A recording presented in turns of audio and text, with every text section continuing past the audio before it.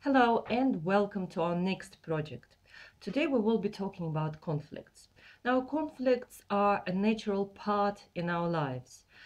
We have conflicts at home, at work, you name it, with children, with partners, with colleagues, and all we need to do is to learn how to deal with the conflicts effectively.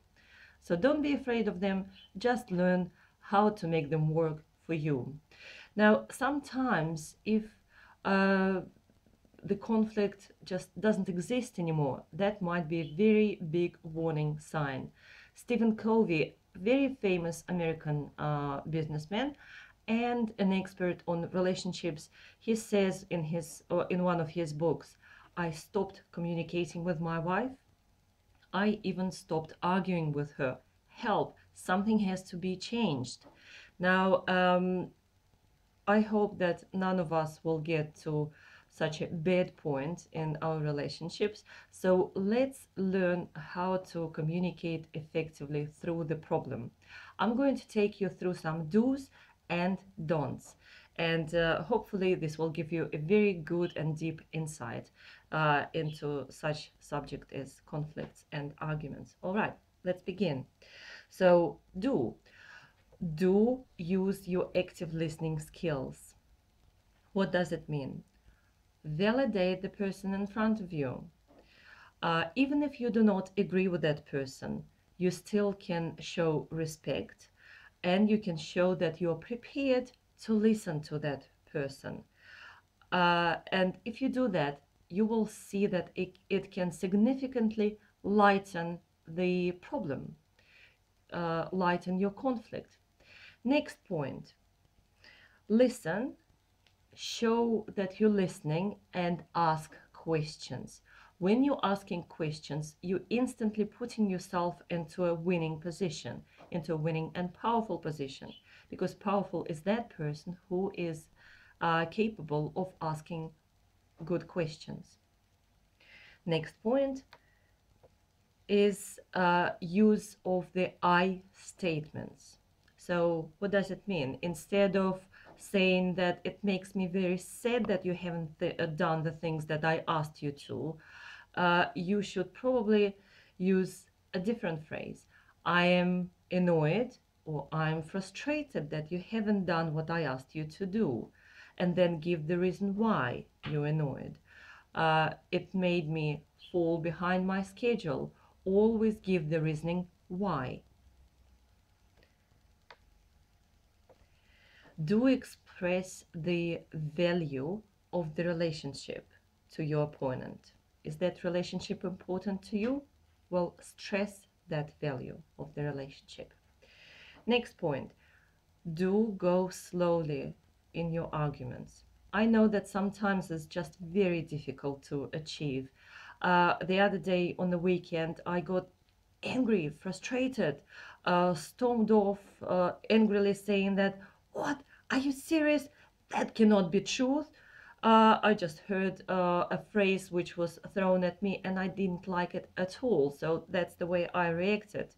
What I should have done is taken just a few split seconds, sit down, cool off, and then respond. So I call it do not react, do respond. Okay, next point is another do.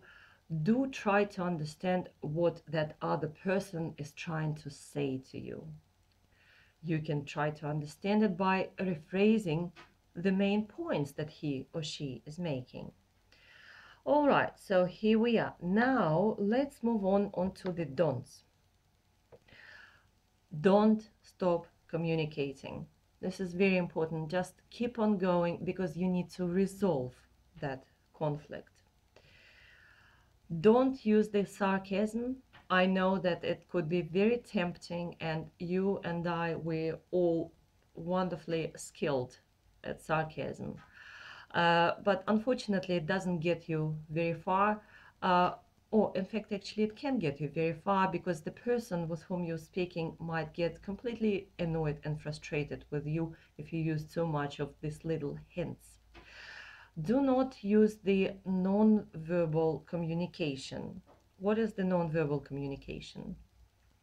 It's the roll of the eyes, the silent treatment, and the thin lips. You know, we, again, all very good and very skillful at that. Do not use that. Doesn't get you very far on the good side. It doesn't diffuse the problem.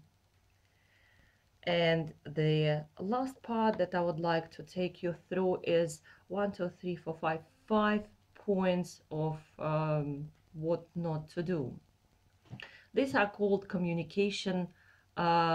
communication obstacles.